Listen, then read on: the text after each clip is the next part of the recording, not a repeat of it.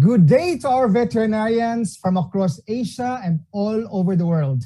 The Federation of Asian Veterinary Associations, or FAVA, is back for another webinar, this time for a comprehensive look at Asian Veterinarians' AMR Action Plan.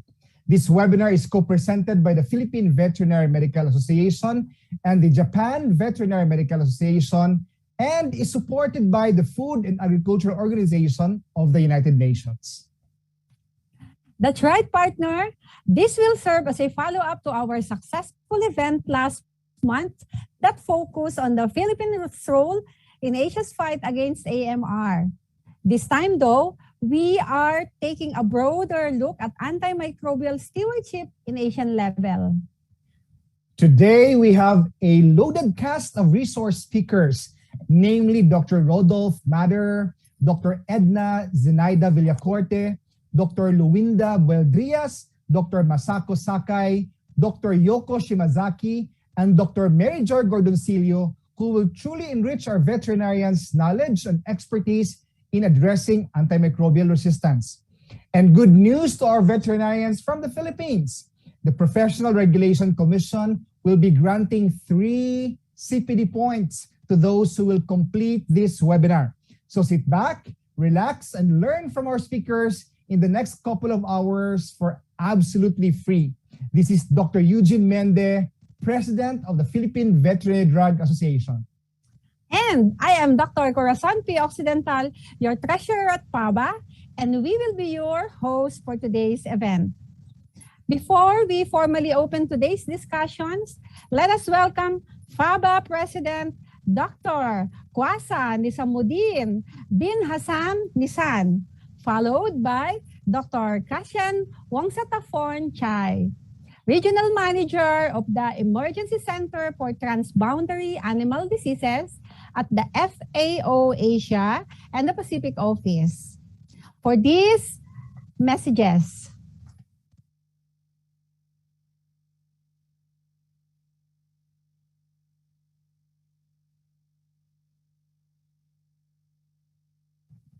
thank you, Dr. Corazon Occidental and Dr. Eugene Mende for the kind introduction. Greetings to all veterinarians, farmers, and industry players in the livestock sector. It is indeed an honor and privilege to speak at this regional webinar on antimicrobial stewardship, a comprehensive look at Asian veterinarians' antimicrobial resistance action plan. I welcome Dr. Kashan Wongsataphorn Chai from FAO and the President of the Japan Veterinary Medical Association, Dr. Isao Rauchi, who are with us. I congratulate FAO, FAWA, Philippines Veterinary Medical Association, the Japan Veterinary Medical Association, and VNU Asia Pacific Exhibition Services for coming together to organize this webinar. Ladies and gentlemen, there are 6 prominent speakers from FAO, Japan, and Philippines who are giving their insights from different perspectives. Their experiences and knowledge are useful for members to strengthen their approaches in combating antimicrobial resistance. Ladies and gentlemen, as you may know, FAWA, or the Federation of Asian Veterinary Associations, is a 27-member association comprising of 24 member countries in the Asia-Oceania region, with 2 associate and 1 affiliate members. The outreach is more than 100,000 veterinarians. FAWA plays an important role in working with national veterinary associations to carry out projects and activities to benefit member associations. Ladies and gentlemen, antimicrobial resistance is one such program. We are working in collaboration with FAO, which is entitled Empowering Veterinarians in Asia Towards Fulfilling Their Roles on the Global Action Plan on Antimicrobial Resistance.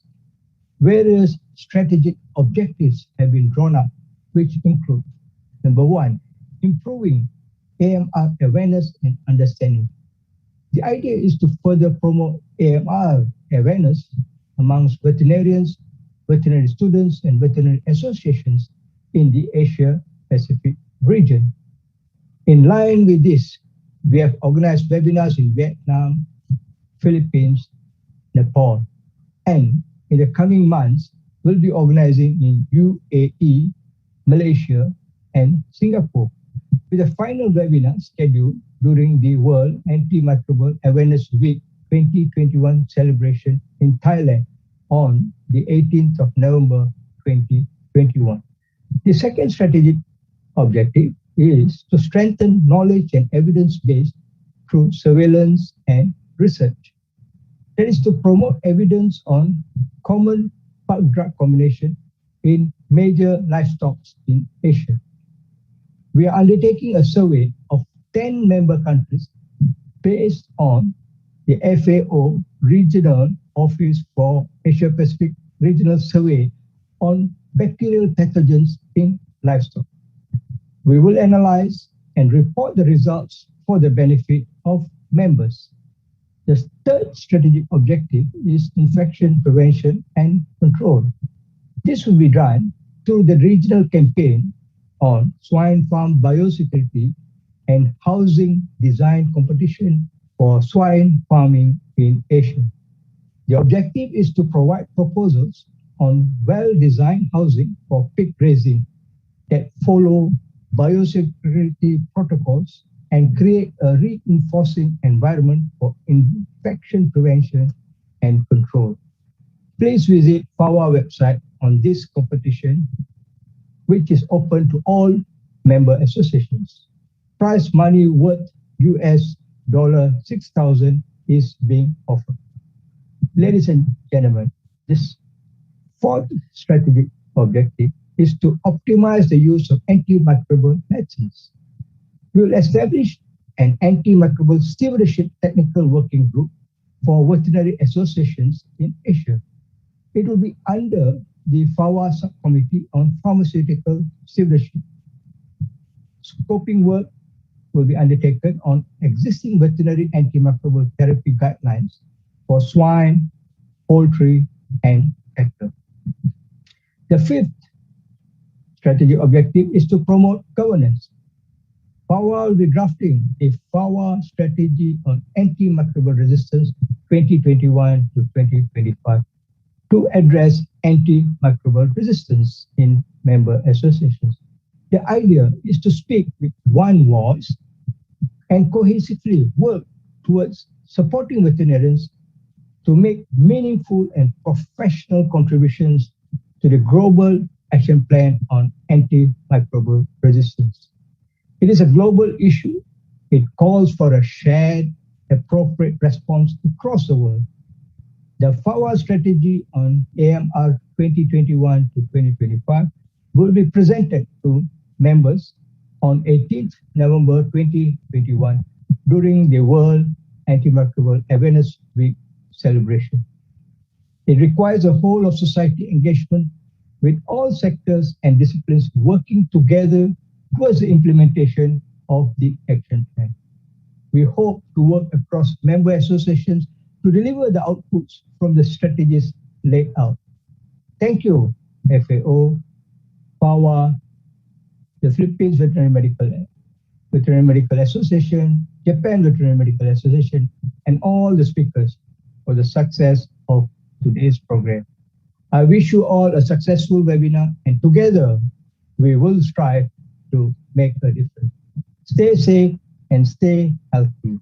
Thank you.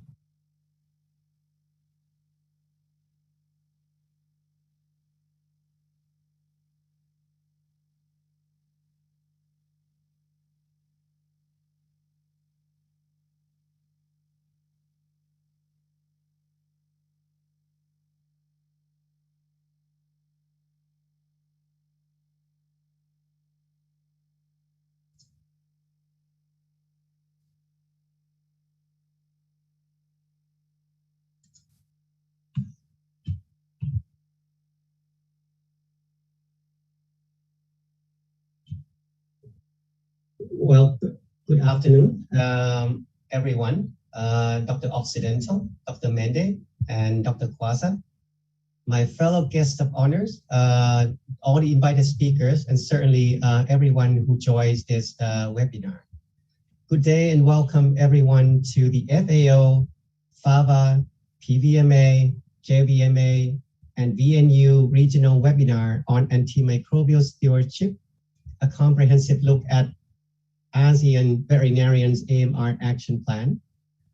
I think that one of the objectives of the webinar could also to see if most of the participants here will be able to remember what all of this acronym stands for at the end of the webinar itself. But it is truly an honor for me to be invited to the opening session. Dr. Guaza has already mentioned that this is a part of the series of national and regional events on AMR leading up to the World Antimicrobial Awareness Week, or WAAW 2021, which is coming up in November. As a matter of fact, this is the third event that I have had the honor to participate. So in addition to this series of seminars or webinars, FAO and FAVA are also collaborating on various events and activities, as already mentioned by Dr. Kwaza just a few minutes ago. It emphasizes FAO's efforts to empower veterinarians in Asia to fulfilling their roles and support the FAO Action Plan on AMR, which contributes significantly to the Global Action Plan on AMR itself. Every one of us are very important to the success in the fight against AMR through raising awareness, reinforcing surveillance, promoting good practices and prudent use, as well as strengthening overall governance on AMR. And we need to take this on with a One Health perspective, realizing that certainly we cannot do this alone. I see that we have the very knowledgeable speakers lining up that will provide you with useful information on your important contribution and how you may be able to support the global movement. As people often say, think globally, but actually act locally. I wish to take this opportunity to thank PVMA and JVMA, as well as the VNU Exhibition Asia Pacific, for organizing this seminar, and to thank FAVA for their facilitation and support. Thanks also to the invited speakers from PVMA, JVMA, University of the Philippines, Japan Math, my FAO colleagues, and of course, very importantly, all participants who are here today. I really wish that we all learned something new and useful today, and I also wish you, similar to what Dr. Kwaza said, in this era of pandemics, stay healthy, stay well. Thank you very much. Over back to you.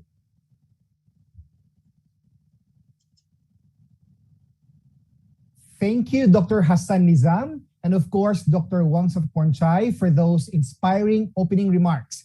Very fitting for the situation that we have right now. Our high caliber and renowned speakers from across Asia have prepared 6 very interesting topics for you today. I know a lot of you are already looking forward to these presentations, so without further ado, let me introduce to you our first speaker.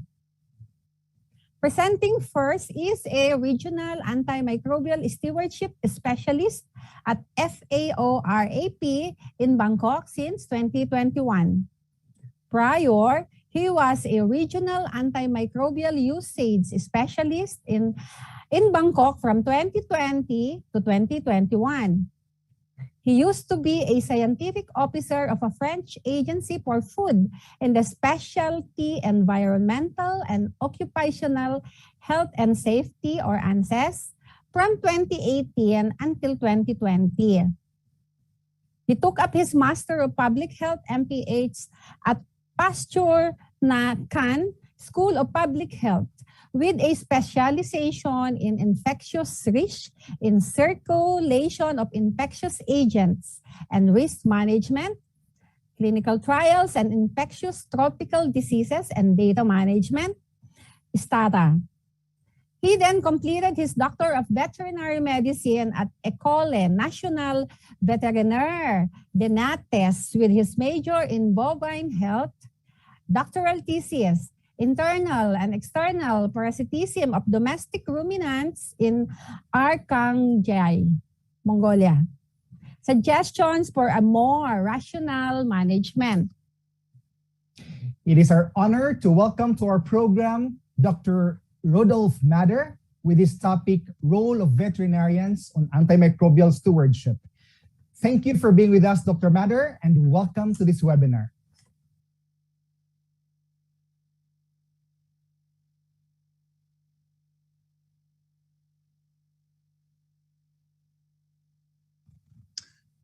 Hello everyone, my name is Rodolphe Mader. I'm a regional antimicrobial stewardship specialist at Fao Rap, and I'm pleased to be giving you a presentation on the role of veterinarians in antimicrobial stewardship. As a starting point, a basic question: why do we need antimicrobial stewardship? Well, because AMR has a huge impact on human health, as well as animal health and environmental health, as you know. Here are some figures regarding the human sector from this report that I'm sure most of you know. It was estimated that 700,000 people die every year due to AMR, and that this number is expected to climb to 10 million deaths per year by 2050. On this illustration, you see that not all regions will support the same burden of AMR. Asia and Africa are going to suffer the most from this issue. And it's not only a health issue, it's also an economic problem. From this report of the World Bank, basically, well, I extracted this illustration. The thing to capture from this is that basically AMR could cause the same economic impact as during a financial crisis every year. So here it's these bars show the decrease in the loss in GDP during the 2008 and 2009 financial crisis, and you could see even stronger losses in a high AMR scenario by 2050. So considering that one of the most influential factor of the AMR situation is linked to the use of antibiotics, I think this is a good reason for focusing a little bit more on antimicrobial stewardship. So what is it in the end, antimicrobial stewardship? A lot of people speak about it, but not everyone has the same understanding of what it is. Definitions vary, and between people, also between sectors, but in the end, this group of researchers have tried to propose definition of antimicrobial stewardship. This is the one I'm using, but it was also endorsed by various organizations such as WHO. So it's a coherent set of actions which promote the responsible use of antimicrobials. So in this definition, it's well specified that antimicrobial stewardship focuses on closely to what is linked to the use of antimicrobials. It does not go further.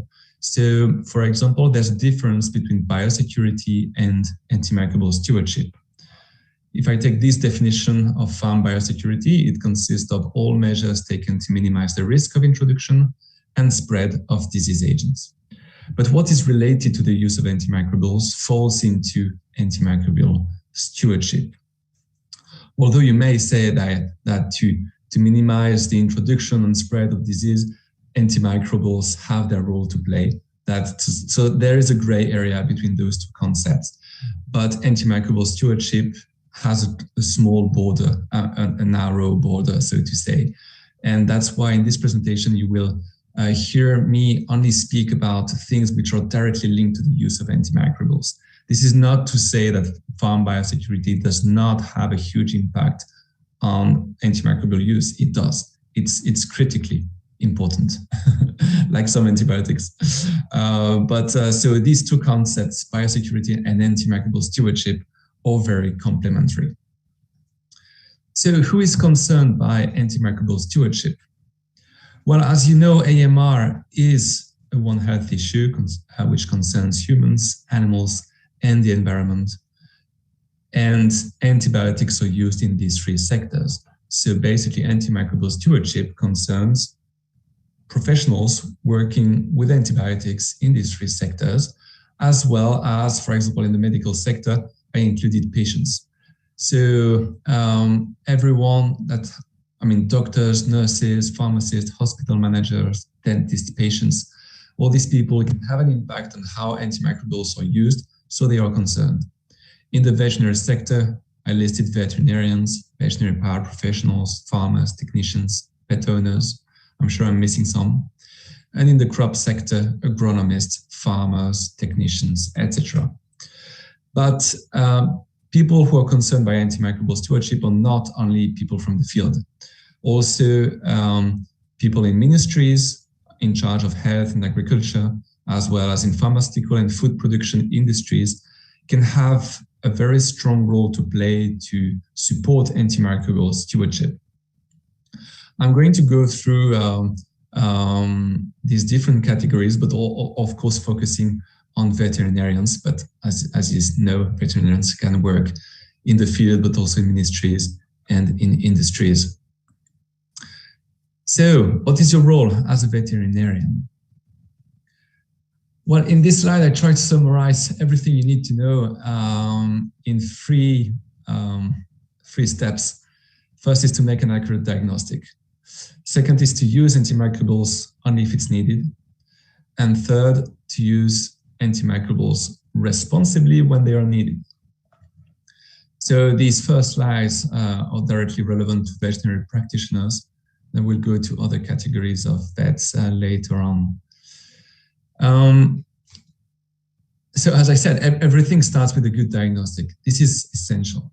So for this, you will need clinical skills and your experience.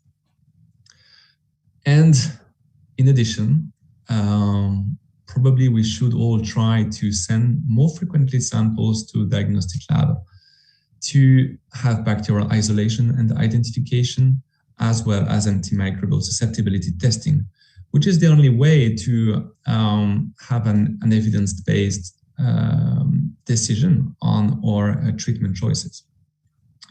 Ideally, take sample before treatment. I know it's not always possible, but sometimes if you do it afterwards, your results might be biased or you may not even have culture. As you know, in the veterinary sector, we can have different types of antimicrobial use. There is the non-medical use of antimicrobials. Basically, it's about growth promotion. And there is the medical use of antimicrobials with three different types of medical use: treatment, control, and prevention. Treatment, I think, makes sense to everyone. If I need to clarify the difference between control and prevention, control is like metaphylaxis. It's about treating both diseased and healthy animals which are in contact with the diseased animals and which are likely to have soon clinical signs. So they are treated at the same time as diseased animals. And for prevention, it's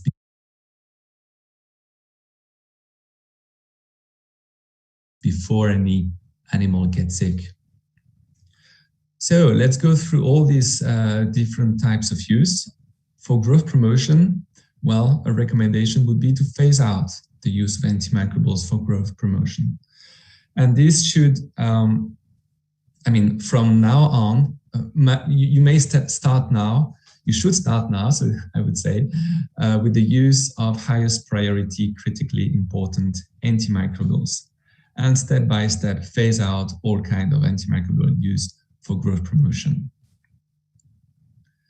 When it comes to antimicrobial use for disease prevention, try to decrease this use by first relying on non-antimicrobial strategies to prevent diseases. So that's what we mentioned before, biosecurity, but you may think also of genetics, nutrition, etc.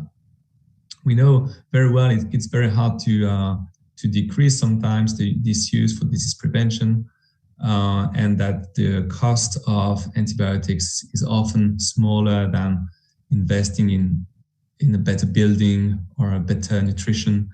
But we need to work on this. There's no other choice if we want to solve this issue. Antimicrobial use for disease control. Well, we need to limit this use to well-defined situations when disease has been diagnosed in the population. It's not all the time. And well, separate sick animals from healthy animals as early as you can. This can make you, in some occasions, avoid to use antimicrobials for disease control. And then antimicrobial use for disease treatment. For sure, we need antimicrobials for animal health and welfare, but treat them with antibiotics only when you diagnose a bacterial disease. Antibiotics do not work on viral diseases, and we don't have a lot of antiviral drugs anyway in the veterinary sector.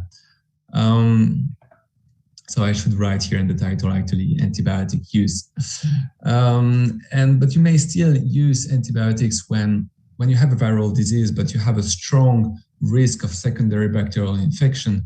I'm thinking, for example, of bronchopneumonia in cattle, which are caused first by viruses, but they are often frequently secondary bacterial infections. And try to initiate the treatment early. Otherwise, if you have a chronic infection, then you will have to use more antibiotics, and success of treatment is the rates of success are decreasing. What antimicrobial should I use? This is a tricky question, but some basic principles here. Use narrow spectrum antimicrobials whenever possible, for example, penicillin. Use critically antimicrobials only when necessary. When I say penicillin, it was penicillin, of course.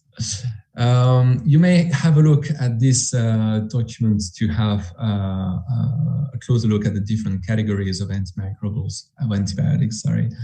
antimicrobials actually in the title, from WHO, and follow national regulations in case of extra label use.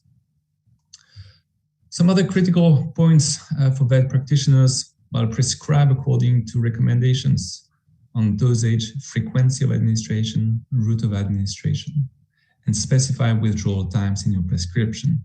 This is too often overlooked in practice. Continuous professional education. This is essential.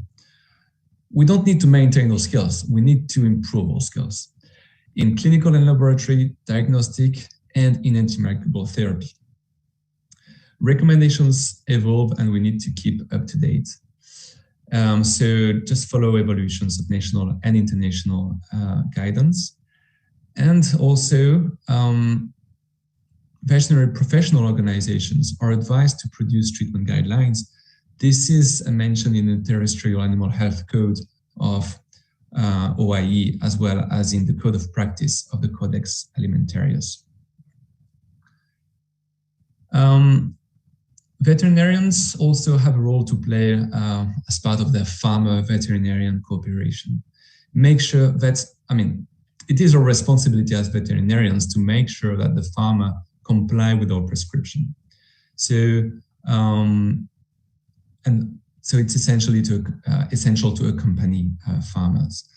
Do not deliver half treatments, and educate your farmers at using antimicrobials properly, storing antimicrobials properly, and respecting withdrawal times. You may provide also some tips, such as don't give the milk from treated cows to calves to avoid any additional selection pressure in the gut of calves.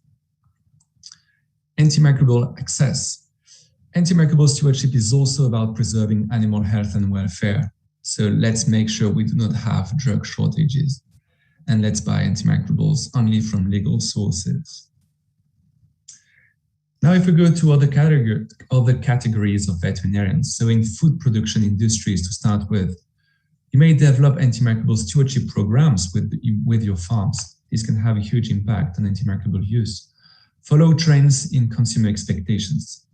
Their expectations and awareness on the need to have high quality food is increasing, and the issue of antibiotic use becomes more and more sensitive to consumers, farmers as well.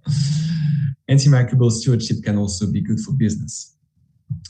You can develop certification programs, but also mentioning here that antibiotic residues in imported aquaculture products, for example, 28% of EU rejections and 20% of US rejections or due to these residues. So better control on the antimicrobial use could be good to avoid also these residue issues.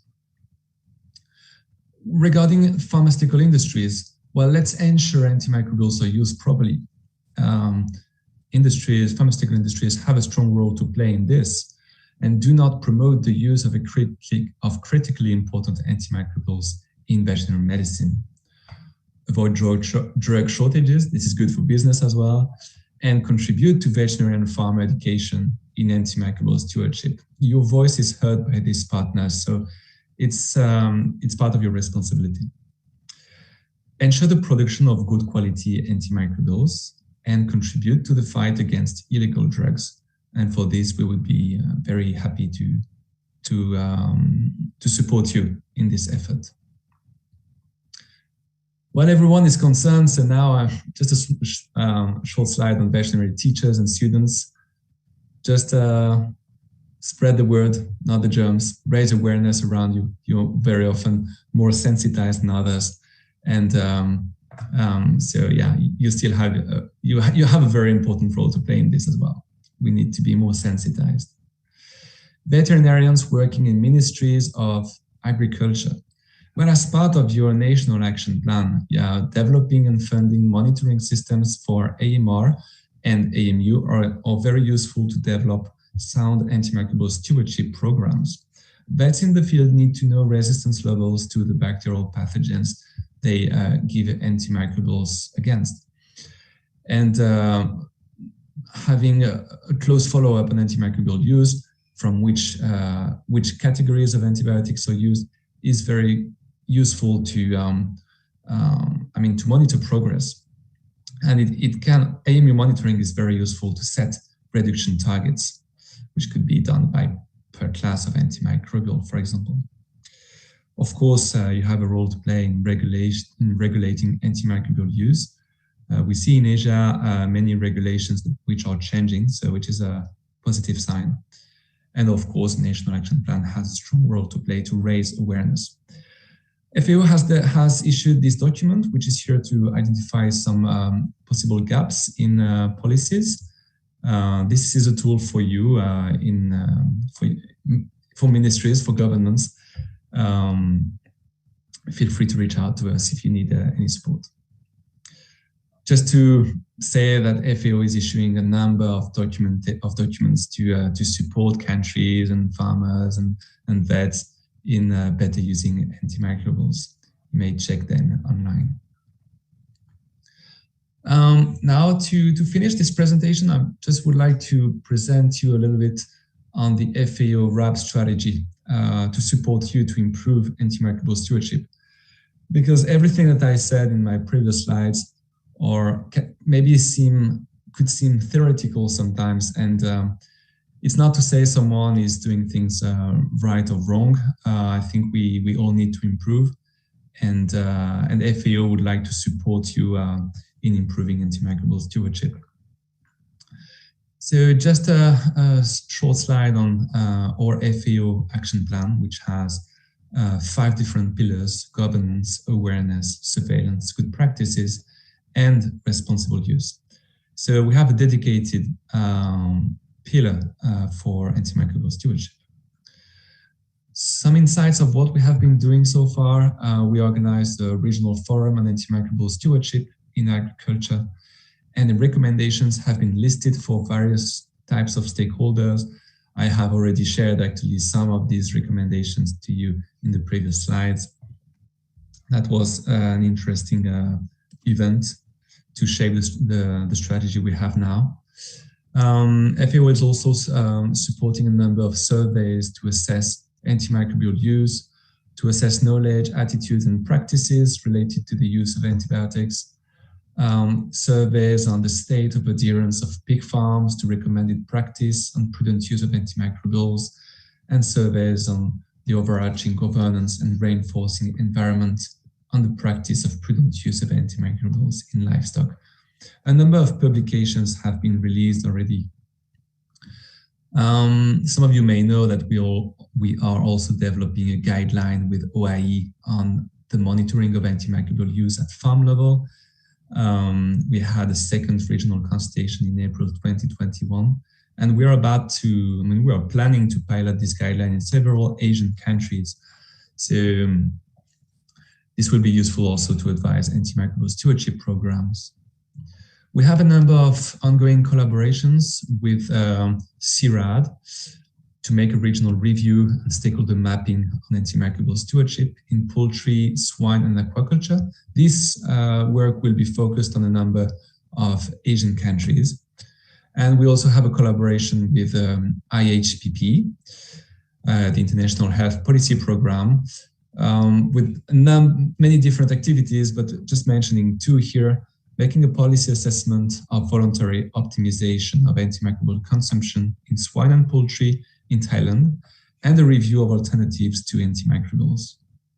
Of course, we have a very nice and fruitful collaboration with FAVA called Empowering Veterinarians in Asia towards fulfilling their roles on the Global Action Plan on Antimicrobial Resistance, with a number of activities which are listed here. And we are very happy of having this partner to promote antimicrobial stewardship. And a short advertisement on the WOW Farm Design Challenge 2021. It's about biosecurity, but this is supporting the fight against AMR. That's the end of my presentation. Thank you very much for your attention, and I hope you have a very interesting webinar. Thanks for your attention. That was comprehensive. Thank you so much, Dr. Matter. We'll see you again later in the panel discussions. Speaking of that, if you have questions for our speakers regarding their talks, do not hesitate to let us know by sending your messages via chat. We will be having an open forum after all our speakers are done with their presentations. Moving on to our next speaker, I'm sure she is familiar to our Filipino veterinarians in the audience. Our second speaker this afternoon is the Speaker of the House of Delegates at the Philippine Veterinary Medical Association and Chairperson of the National Advisory Committee for Animal Disease Control and Emergencies, or NACADSE. She holds a Doctor of Veterinary Medicine degree and specializes in food safety and its impact on animals and humans, and also on the improvements of the feeds industry. Additionally, she specializes on avoiding animal diseases and its relation to animal feeds. Presenting to us the topic, Mitigating the Struggle Against AMR Through Judicious Veterinary Medical Practices. Let us all welcome Dr. Edna Zinaida B. Villacorte.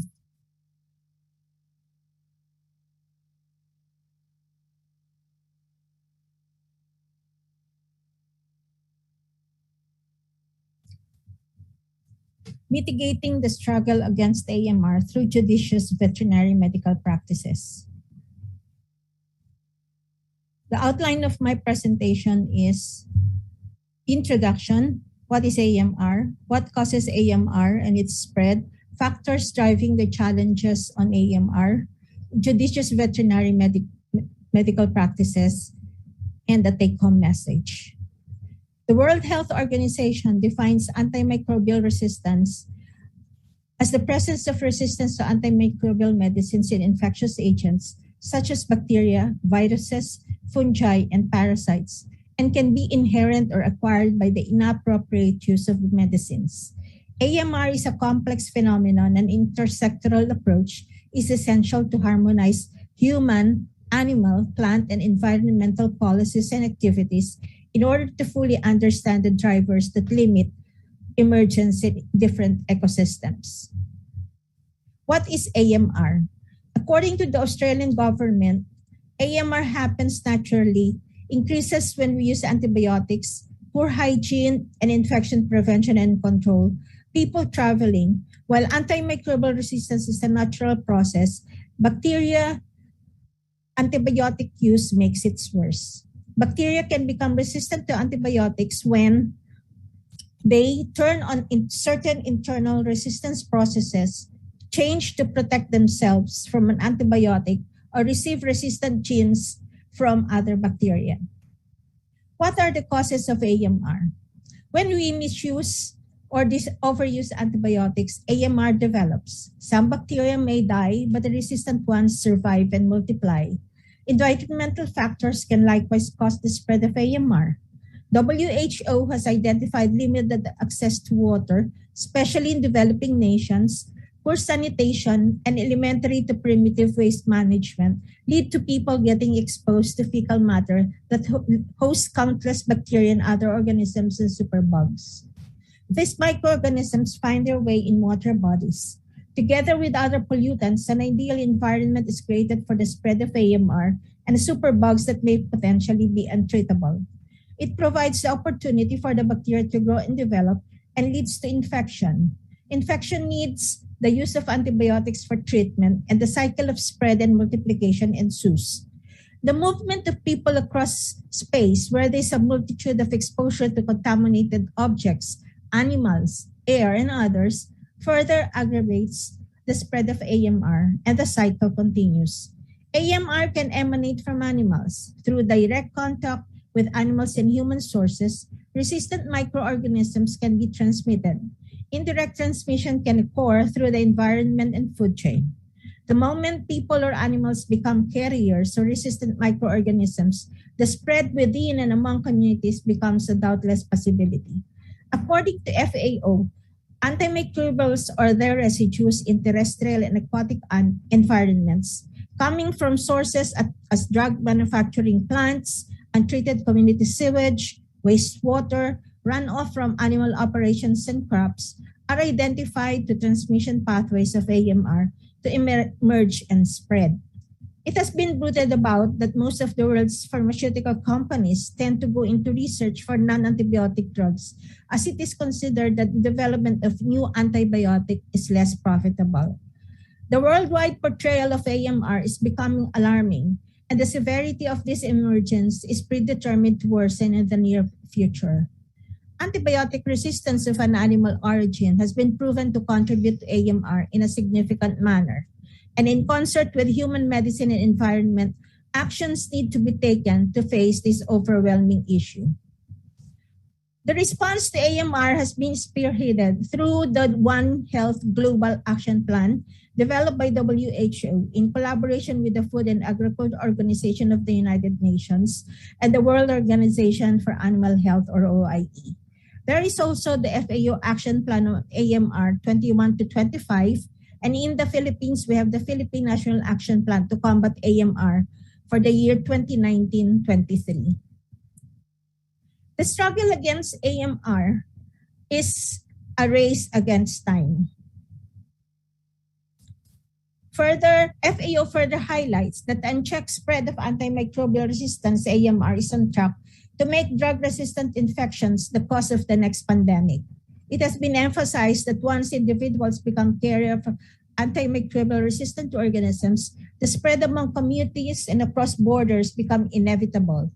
These organisms can find their way in our own midst through products that we consume, through the environment, through our waterways, through our soil, and through our ecosystem.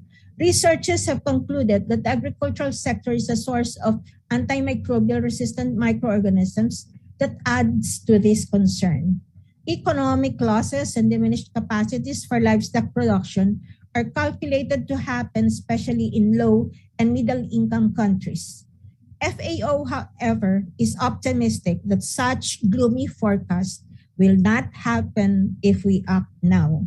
The struggle against AMR is a shared responsibility across all sectors: the farmers, the fishing folks, the professionals, the consumers, and the policymakers.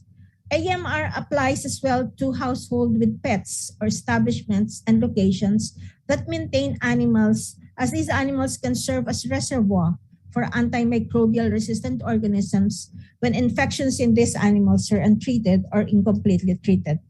These factors have to be addressed in order to come up with a holistic approach to the problem.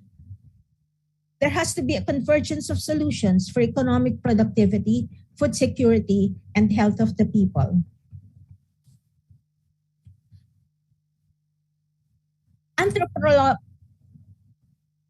Physiological, behavioral, sociocultural, political, and economic factors drive the challenges of AMR to greater heights.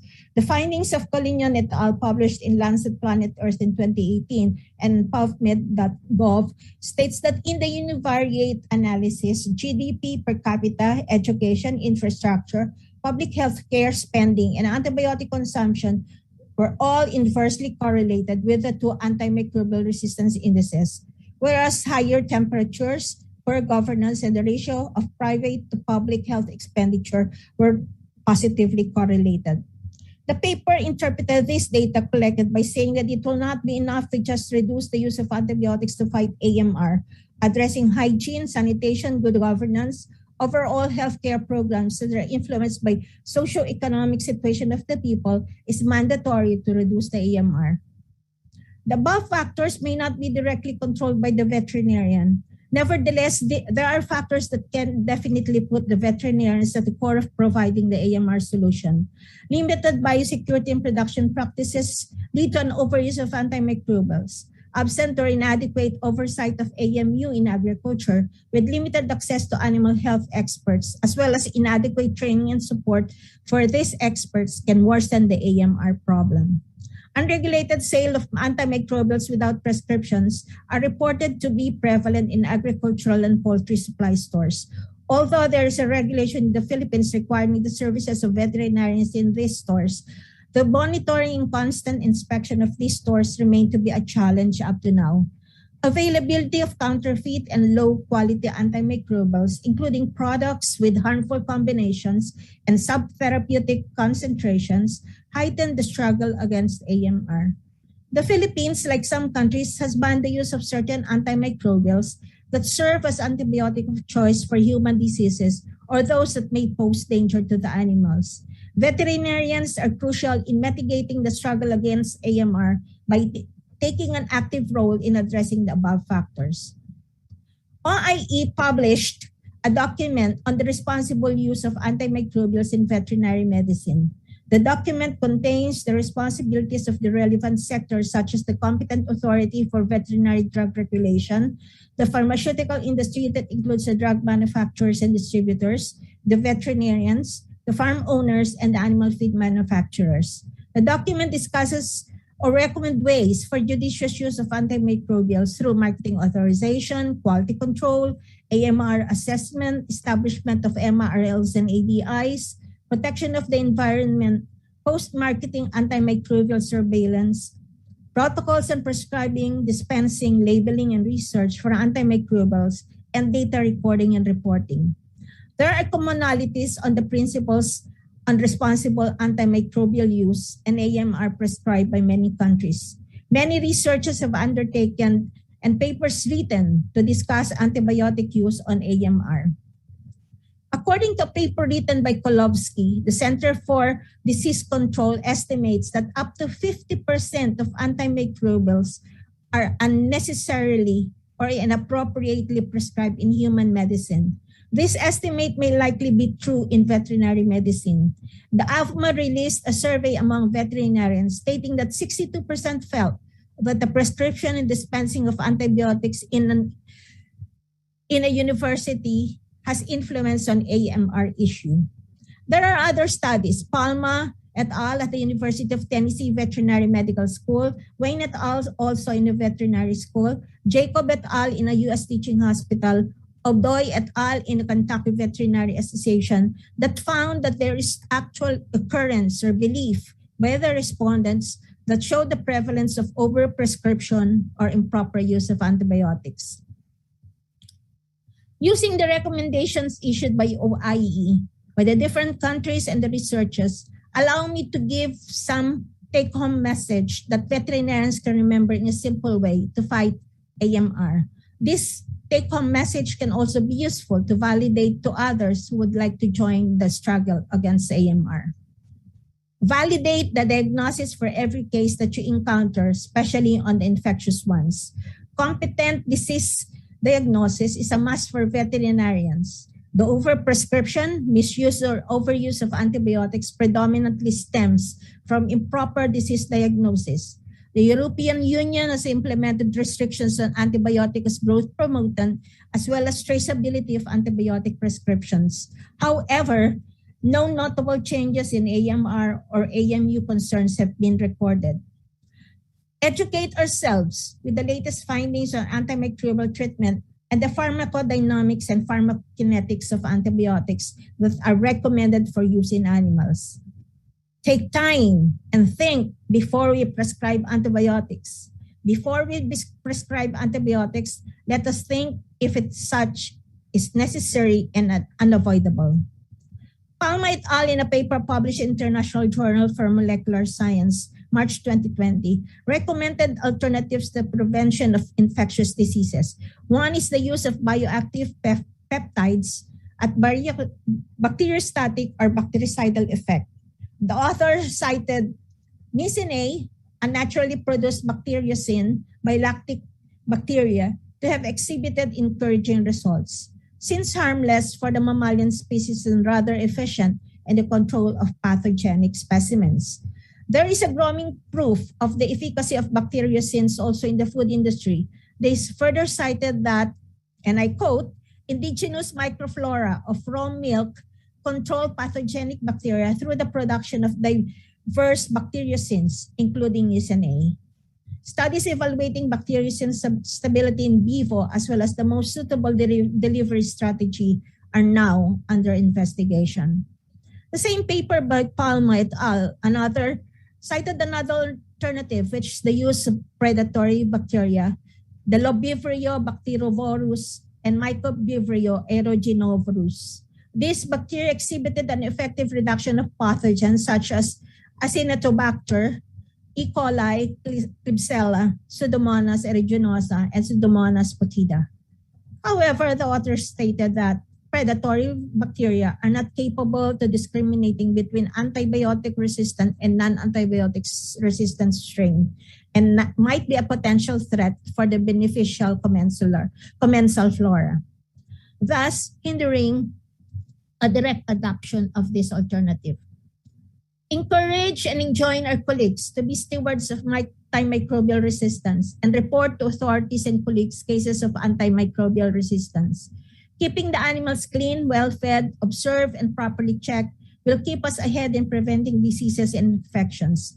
There are many literatures nowadays on good animal husbandry practices published by international organizations as well as competent authorities in different countries. Whether we are dealing with pets, food animals, wildlife, or aquatic species, the same is true in terms of providing a clean and healthy environment. In animal establishments, biosecurity is still the best option to prevent animal diseases. Our MSD manual identifies 3 levels of biosecurity: the conceptual biosecurity, the structural biosecurity, the procedural biosecurity. As the name implies, the first one deals with the location of the establishment and all components. The second deals with the physical factors such as farm, layout, fencing, drainage, air filtration, etc. And lastly, the procedures, protocols that need to be observed to prevent entry of pathogens or bioexclusion or spread of pathogens or biocontainment. Refer cases to laboratories for confirmatory diagnosis. Nowadays, laboratories and diagnostic kits and tools are available to provide the veterinarians a confirmatory diagnosis. Having a science-based evidence of the disease, like bacterial culture or bacterial susceptibility testing, will prevent misuse of antibiotics. Results and information can guide the veterinarians in current and future cases. Inform animal owners, caretakers, and others about the dangers of antimicrobial resistance, what causes it, how it spreads, and appeal to them to be part of the fight against AMR. Teach them how to properly manage the antibiotic therapy prescribed to their animals. Nutrition, use of supplementation, use of appropriate vaccination program, use of probiotics and prebiotics are excellent ways to prevent diseases. Use of preventive disease control protocols may not guarantee the absence of disease in the future, but will definitely enhance the ability of the animal herd or group of animals to fight diseases. The use of a sound vaccination program ensures good protection from specific diseases. Immune boosting can provide a degree of protection to the animals to fight off the disease. Probiotics are live microorganisms that are intended to have health benefits when consumed or applied to the body. On the other hand, prebiotics are non-digestible food components that selectively stimulate the growth or activity of desirable microorganisms. Symbiotics are products that combine both prebiotics and probiotics, which aim to provide the same effect. Nutraceuticals are used to describe these medicinally or nutritionally functional foods. They are food or parts of a food that provide medical or avoid diseases. Avoid unnecessary use of antibiotics like for growth promotion, prolonged or low dose medication. Refrain as much as possible from using antibiotics for human disease treatment, especially those considered under critical release. Use antibiotics with the narrowest appropriate spectrum of activity. Initiate vigilance, surveillance, or research on AMR in your place of work, place of practice, or in your community in general. Adhere to laws, rules, and regulations, science-based diagnosis, treatment, prevention, and control of animal diseases. And lastly, notify authorities on cases encountered that need the attention and management of government, like notifiable diseases or AMR-related cases. Be a judicious VETERINARIAN, veterinarian. Let us fight AMR. Thank you for listening. That is one intensive presentation, Dr. Villacorte. Thank you for that and for accepting our invitation to grace this event. See you later, Dr. Villacorte, for our panel discussion. While we are on a roll, let me delay you no further as Dr. Occidental introduces to us our next speaker. Yes, Dr. Mende.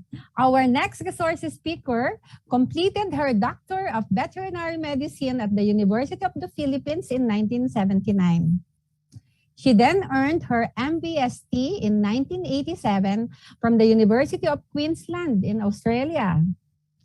She completed her PhD from the University of the Philippines, Los Baños in 2005. Where she became a professor and college dean at its College of Veterinary Public Health, Department of Veterinary Paraclinical Sciences. One of her recent publications is about the emergence of a One Health workforce. At the crossroad of technology, innovation, and frontline health workers in the Journal of Global Health 2020.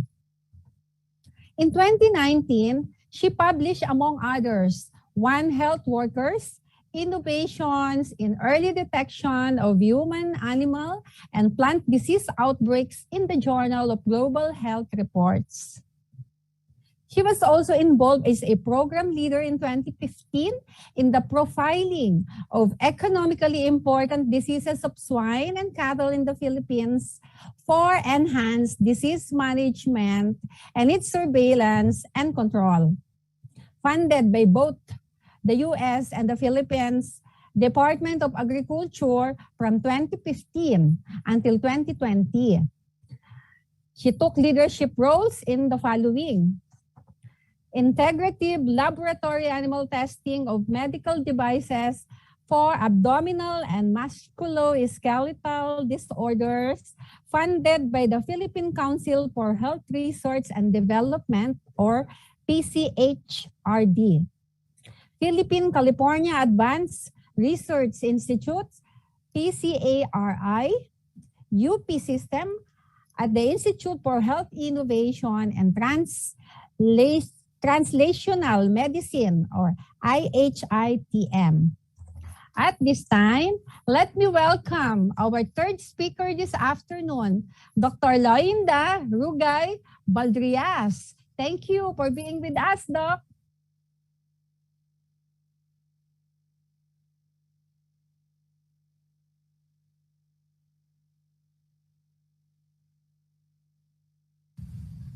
A blessed day to all of us.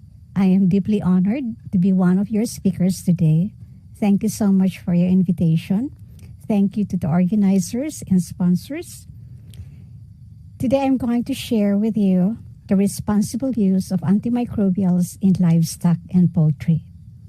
I'm Dr. Layinda Rugai, a professor of the College of Veterinary Medicine, University of the Philippines, Los Baños.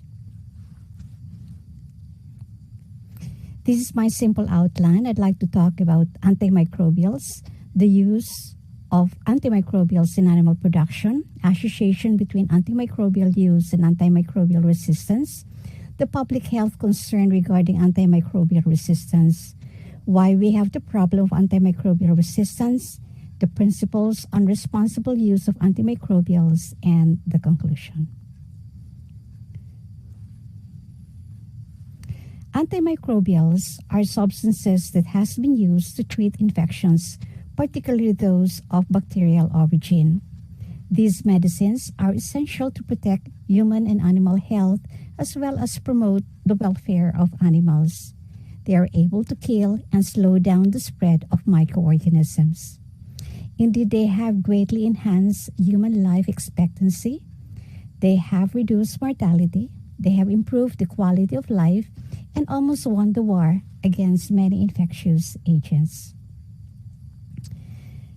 In a typical large hospital in circa 1930s, we used to find the wards populated by patients with bacterial infections like pneumonia, meningitis, bacteremia. However, with the discovery and use of antimicrobials in the 1980s, we see that the hospital ward is now populated by non-infectious conditions such as cancer, heart disease, diabetes, and others. Now, in the 21st century, however, even with our COVID-19 pandemic, which is a viral infection, antibiotics are also being used. Hence, there is really a growing concern that we might go back to the pre-antibiotic era with the emergence of antimicrobial resistance to commonly known pathogens. As such, the golden age of antimicrobials in the 1930s to the 1960s may be cut short due to antimicrobial resistance. The use of antimicrobial agents are done in animal production for therapeutic purposes to treat disease and also for sub-therapeutic purposes to prevent disease and even promote growth. It has threefold benefits: for the producer, production efficiency; for the consumer, more affordable, high-quality protein; and for animals, improved health and growth promotion. With increase in human population and the need to address food security, animals are being raised in an intensive manner with an increased risk of disease transmission. Hence, there is widespread use of antimicrobials as growth promotants to keep the animals from getting sick. In an intensive husbandry production, we have large concentration of animals in confinement. The animals are close to each other, close animal-to-animal contact. There is less space between them, increasing the risk of disease transmission. Very often, there is mass medication via feed or water, and indeed there is widespread use of antimicrobials to control disease and promote growth. With the use of antimicrobials, we are faced with two distinct problems. One is antimicrobial residues, and the other one is antimicrobial resistance. Many times, farmers and even sometimes veterinarians are confused with these hazards. But to emphasize, antimicrobial residues are chemical hazards. They are compounds or metabolites that could be present in the edible tissues of food animals because of their use in or on the animals. And they are hazards because they can cause hypersensitivity reactions, toxic effects, alteration of the intestinal microflora, and even suppression of beneficial microorganisms.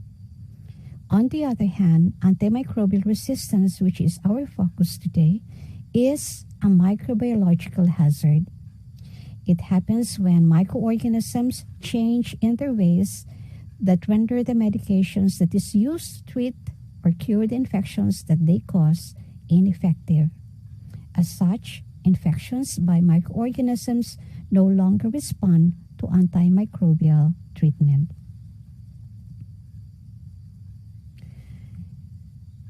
Antimicrobial resistance has been found to be genetically linked.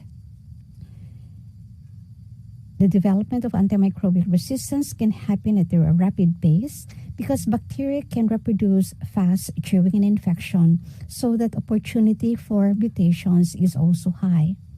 To date, we have more than 20,000 resistance genes that has already been identified. Some microorganisms have in their genetic makeup resistance genes, and they are able to give these resistance genes to other microorganisms, so they have intrinsic resistance. Other microorganisms acquire resistance genes, and this can be through transduction by bacteriophages or viruses.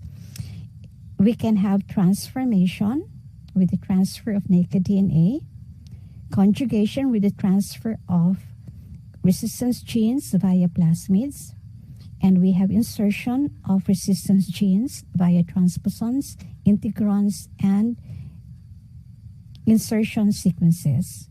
Very often, transformation, conjugation, and insertion of resistance genes results to multi-resistance by microorganisms. Resistance emerges when a specific species of infectious bacteria now evolves a trait that allows them to bypass the mechanism by which the antibiotic is able to work.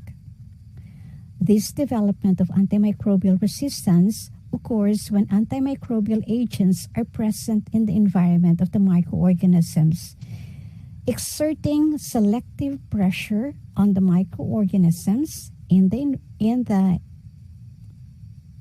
tissues or in the area, favoring those with resistance genes that can allow them to survive despite the presence of the antimicrobial agent. It is common knowledge that antimicrobial use is done in animal production.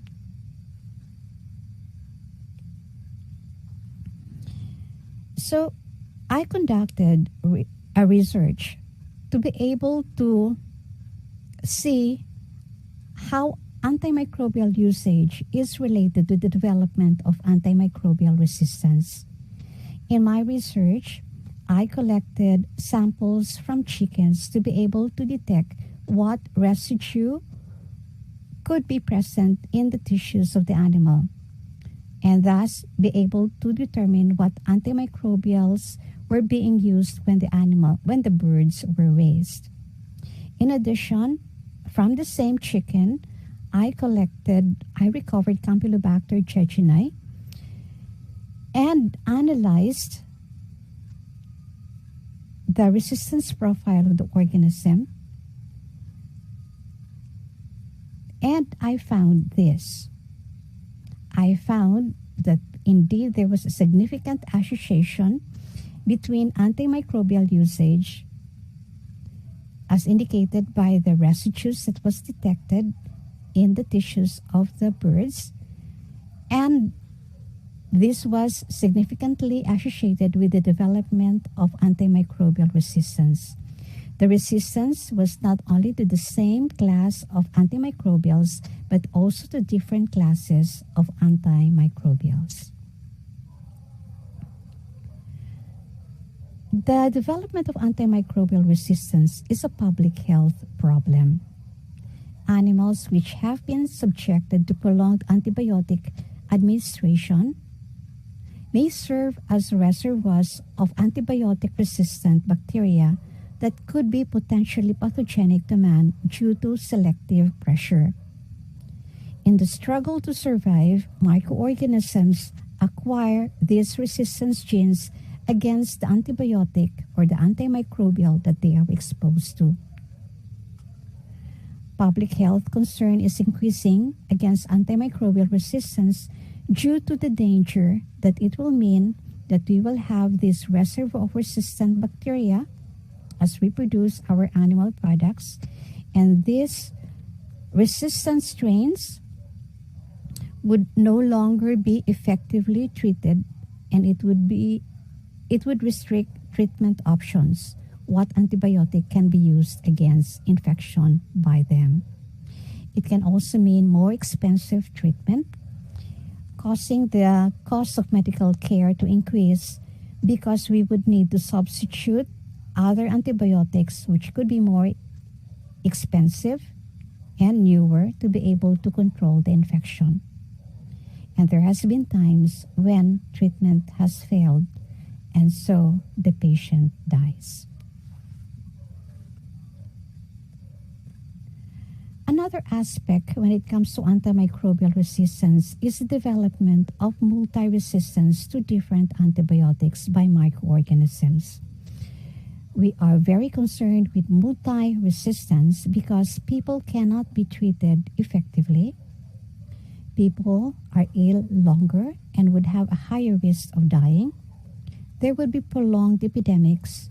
There would be a greater risk of infection. And there is adequate proof for this. It has been found that there has been a 60% increase in mortality due to infectious agents which are resistant. There has been an increased cost of treatment such that it has been estimated that 100 million to 10 billion are the hospital costs of managing illnesses by resistant organisms.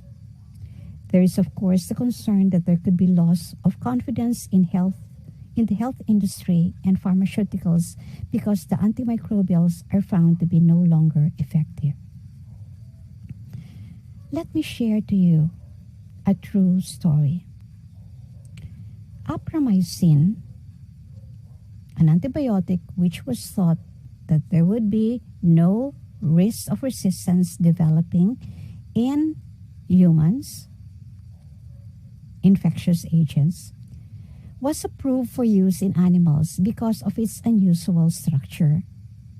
However, after a time that it was used, Enterobacteriaceae organism of animal origin became resistant to apramycin. It was found that this was related to the synthesis of a plasmid-mediated 3-end aminoglycoside acetyltransferase type 4, which confers resistance to gentamicin. So it was not only resistant to apramycin, it was also resistant to gentamicin. The plasmid spread among animal strains. And then later, just a few years after, the plasmid was found in clinical isolates that were resistant to gentamicin from hospitalized human patients. So it is not surprising, and one can easily understand that it is possible that in 2050, globally, 10 million people are estimated to die due to infections by antimicrobial resistant organisms. In Asia, 4,730,000 may die or are estimated to die due to infections by antimicrobial resistant organisms. So let's look at the problem. Molecularly, we understand how antimicrobial resistance can develop. Culturally, and how things are on the ground, we need to understand why do we have the risk of antimicrobial resistance development. Observations, surveys, interviews of farmers revealed that very often animal raisers give medication,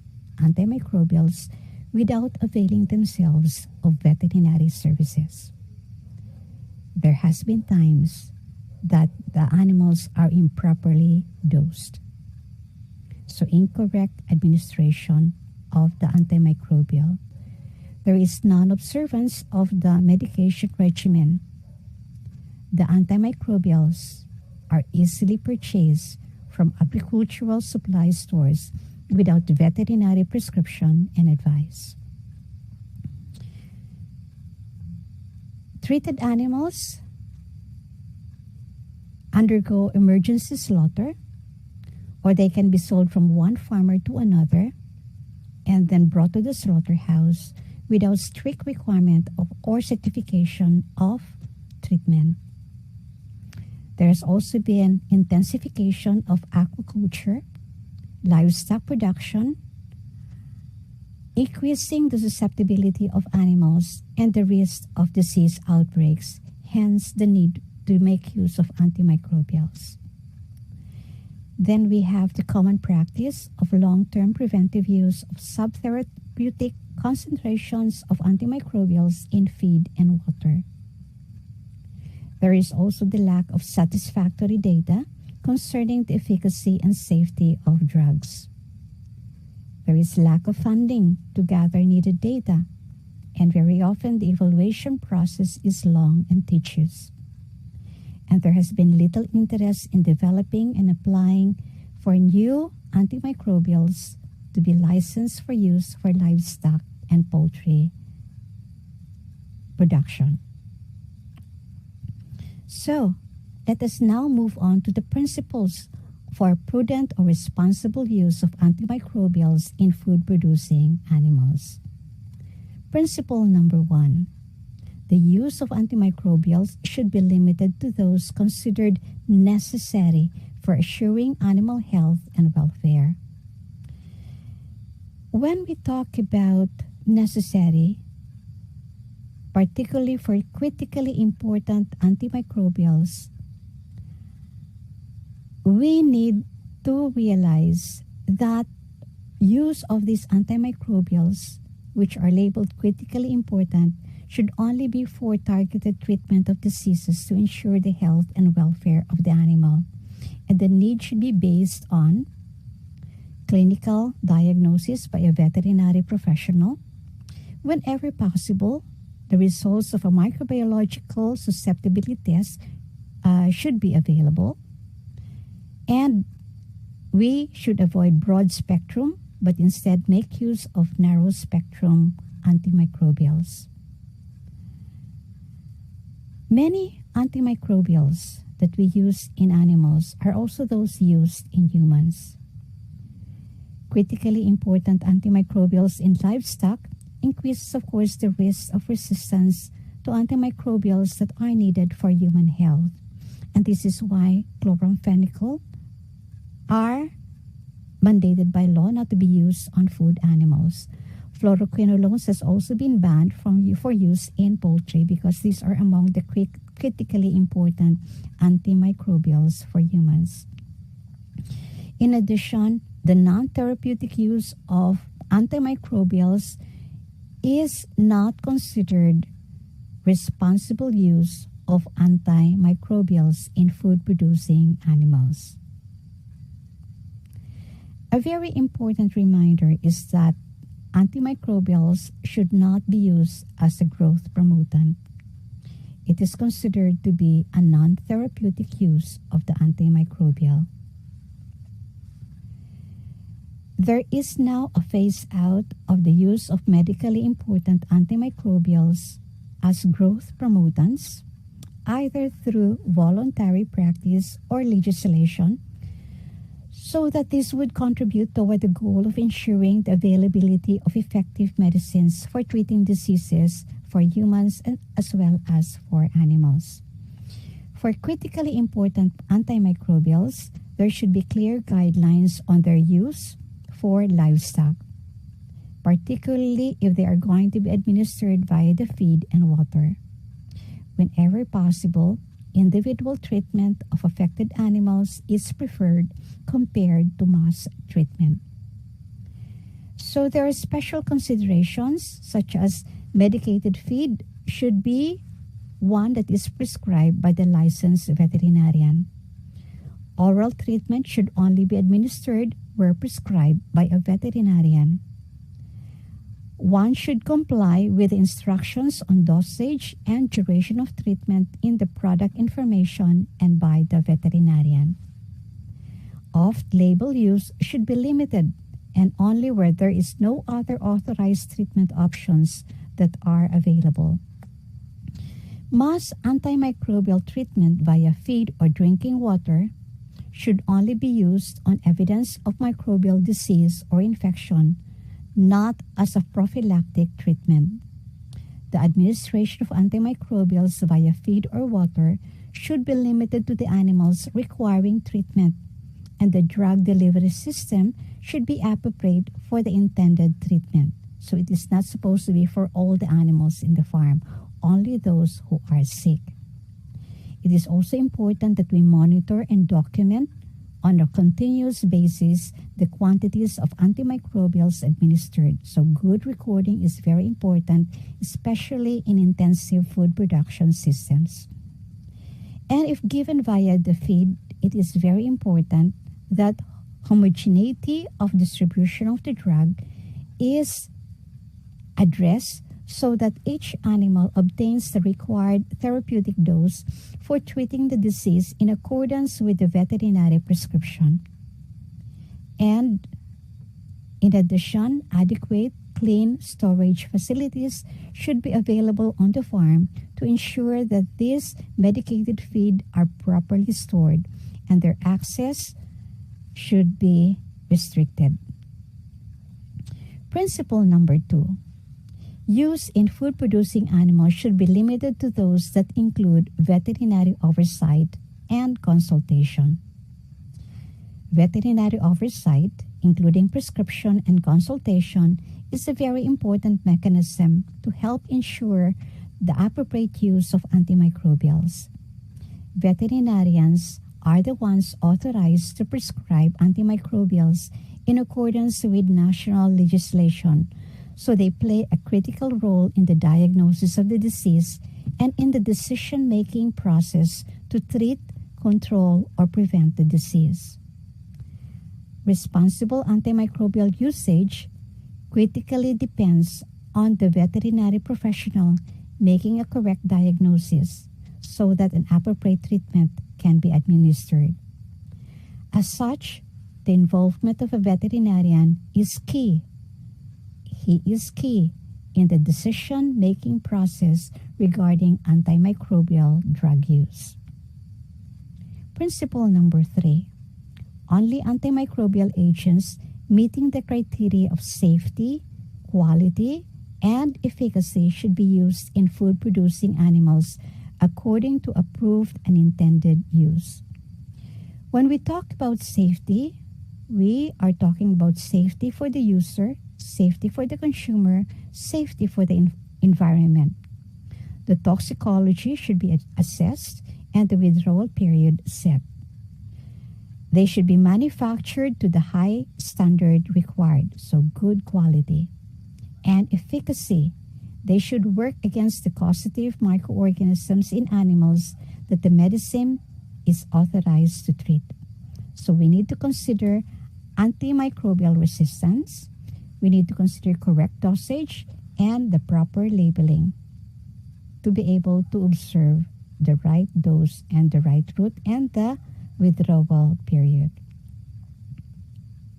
So these drugs should be properly licensed, should be of good quality.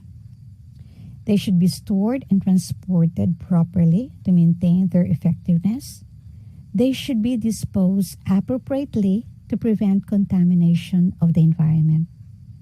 In addition, we have also to combat the use of illegal, poor quality, and prohibited drugs. Principle number 4. Use as little as possible, as much as necessary. Antimicrobials are essential to protect the health and welfare of animals and should be used when needed. When they are used responsibly and when they are needed, in the amount needed, and under the supervision of a veterinarian, this will help ensure greater animal health and welfare and also ensure food safety, safe and secure food supply. In this sense, it is crucial that antimicrobials are prescribed and administered at the correct dosage, following accurate examination and clinical diagnosis, supported by sensitivity testing whenever possible. So we follow the 5 R's: right drug, right time, right dose, right duration, right route. Principle number 5. Activities associated with the responsible and prudent use of antimicrobials should involve all relevant stakeholders. There must be regular and updated awareness campaign for all relevant stakeholders, particularly on the appropriate use of antimicrobials. A high level of communication is very important so all are able to see the benefits and understand their role in the contribution to control antimicrobial resistance.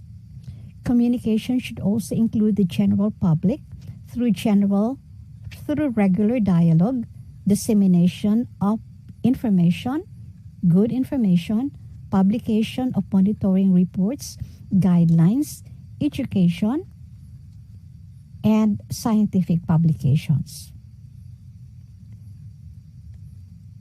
Antimicrobials, when used responsibly,